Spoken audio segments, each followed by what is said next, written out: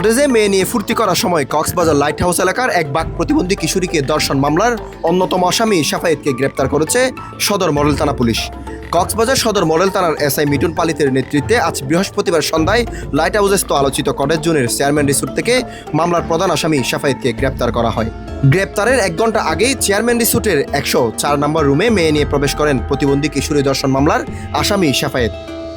Cottage রুমের register অনুসারে শাফায়েত ঈদগাঁও উপজেলার নুরুল হুদার ছেলে জান্নাত নামে এক মেয়েকে সাথে নিয়ে রেস্টের রুম নেন এই কটেজে।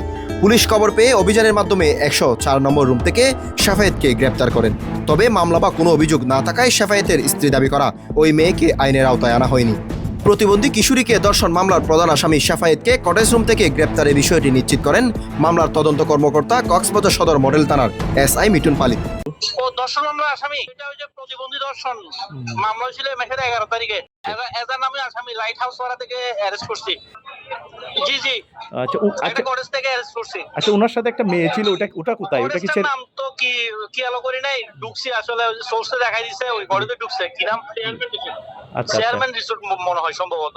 আচ্ছা আচ্ছা আচ্ছা আচ্ছা ওনার সাথে একটা মেয়ে ছিল, ওটা কোথাকার মেয়ে? বা ওইটা তো সে বলতেছে তার ওয়াইফ।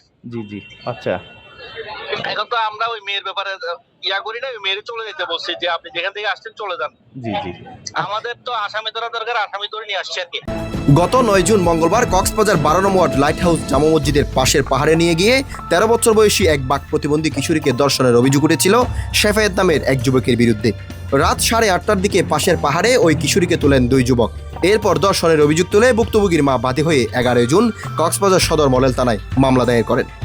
অভিযোগ ওঠা শাফায়েত ঈদগাঁও মাইজপাড়া এলাকার নুরুল হুদার ছেলে হলেও দীর্ঘদিন ধরেই কক্সবাজার লাইট হাউস এলাকায় আত্মীয় স্বজনের বাড়িতে বসবাস করছে বলে জানা গেছে। এদিকে মামলার প্রধান আসামি শাফায়েতকে গ্রেপ্তারের বিষয়ে পুলিশকে ধন্যবাদ জানিয়ে সঠিক বিচারের দাবি জানান ভুক্তভোগীর মা। গত 9 জুন আমার বাক প্রতিবন্ধী মেয়েকে লাইট হাউস শাফায়েত নামের এক ছেলে আমার মেয়েকে ধর্ষণ করে।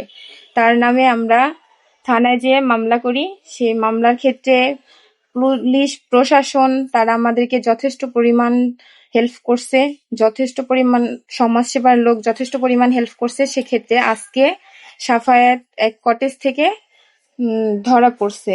তো আমরা চাই তার যথেষ্ট পরিমাণ শাস্তি হোক। সে যে অন্যায় করছে সেই অন্যায়ের শাস্তি যেন তার হয়, এটাই আশা করি। আর পুলিশ প্রশাসন তাদেরকে অনেক ধন্যবাদ যে আমাদেরকে এতটা হেল্প করছে, এতটাই সহযোগিতা করছে।